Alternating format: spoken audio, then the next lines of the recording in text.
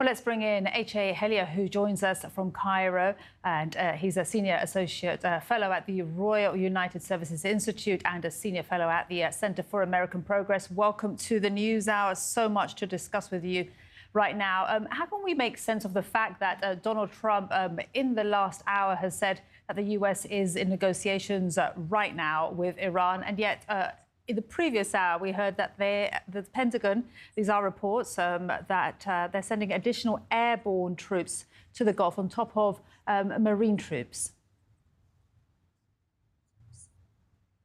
Thank you very much for having me. Always a pleasure to be on the program. I don't think this is difficult to interpret, quite frankly.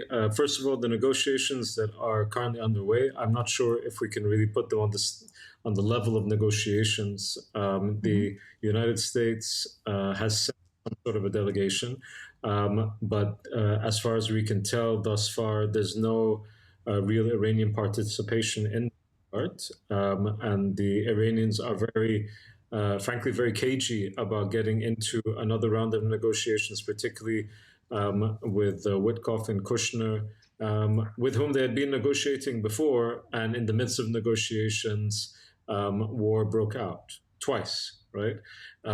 So I think that there are conditions from the Iranian side that, as yet, the United States has been unable to satisfy. I also think that when it comes to any guarantees that the United States might offer, I'm not sure that the Iranians would be in the mood to take them as serious. But from the American side, the fact that the Iranians have effectively closed the Strait of Hormuz and are striking pretty much every Gulf country, I think has really sent the energy markets into disarray.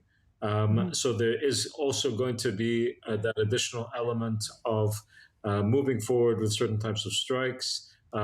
Personally, I would not be surprised if the United States tried to take different islands that are in the Arabian Gulf itself, and on the Iranian side as well as on the Arab side, in order to secure the strait. I'm not sure this will be successful in terms of actually securing the strait, but I fully expect that that's going to be attempted. So you feel that that is why there are additional troops being sent to the Gulf, that possibly they could take Karg Island, for example? So there's a couple of things. First, I don't think that Donald Trump wants to put troops on the ground in Iran.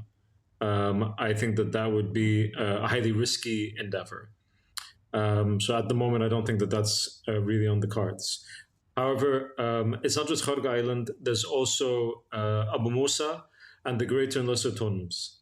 And these three islands are disputed between the Iranians and the Emiratis. The Iranians seized these islands in 1971. Their sovereignty over these islands has never been established internationally at all, including, by the way, by their allies. Russia and China also do not recognize Iranian sovereignty over these islands. Rather, they recommend that there be some sort of arbitration or negotiation between them and the Emiratis. And quite a large proportion of the international community recognizes those islands as being Emirati. I don't think that you would need to have a massive force in order to take those islands. So lots of options, I suspect, are on the table, including that. And I just want to go back to what Donald Trump has been saying. And of course, there is such a difference between what's happening on the ground and what he says. And of course, the fog of war, the fog of information right now.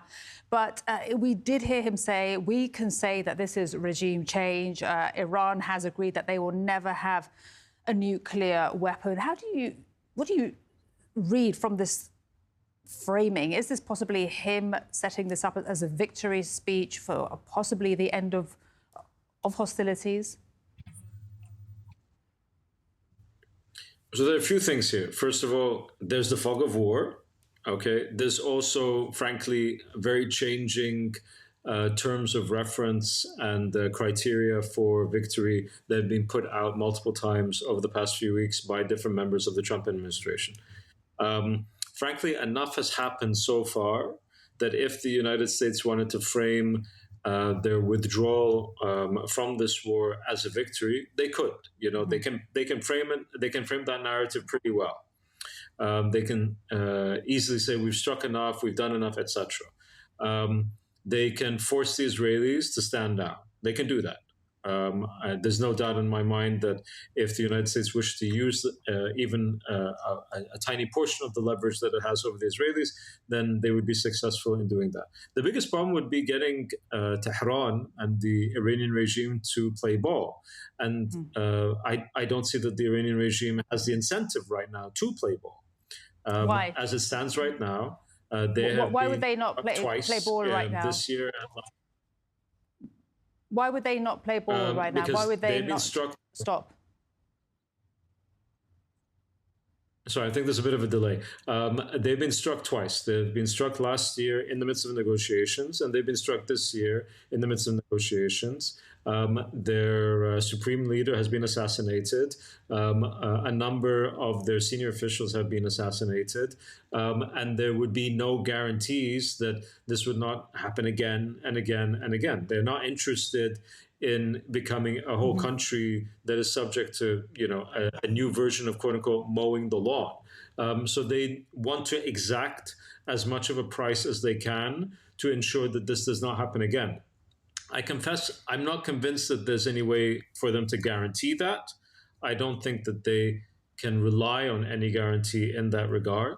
And I frankly think that the Iranians are in a worse position than they were before, because on top of being in this position with regards to the United States, I think they've lost tremendously any trust that was built with pretty much everybody in the Gulf.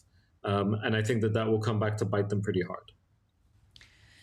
And with regards to Iran, if there were indeed serious negotiations, and possibly that there are, because there's so much talk right now about talks, what could it want? There is also talk about possibly the closure of some US bases in the Gulf. Do you see that being as a realistic option?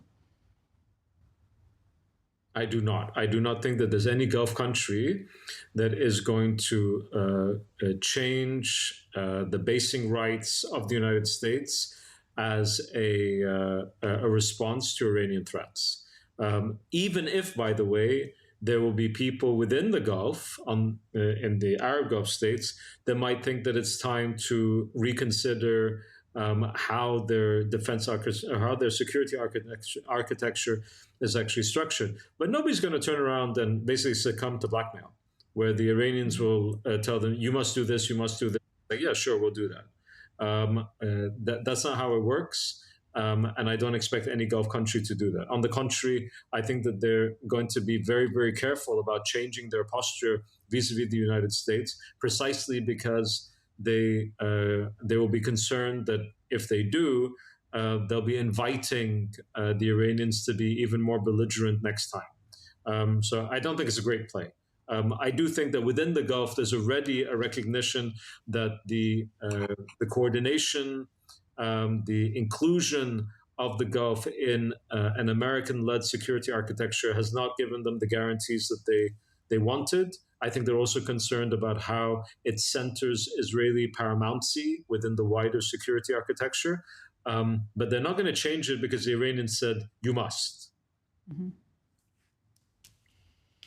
So much to wait and see what happens in these next few days and weeks. Thank you so much. H.A. Hellyer speaking to us from Cairo, Senior Associate Fellow at the Royal United Services Institute. Really appreciate you coming on the programme today.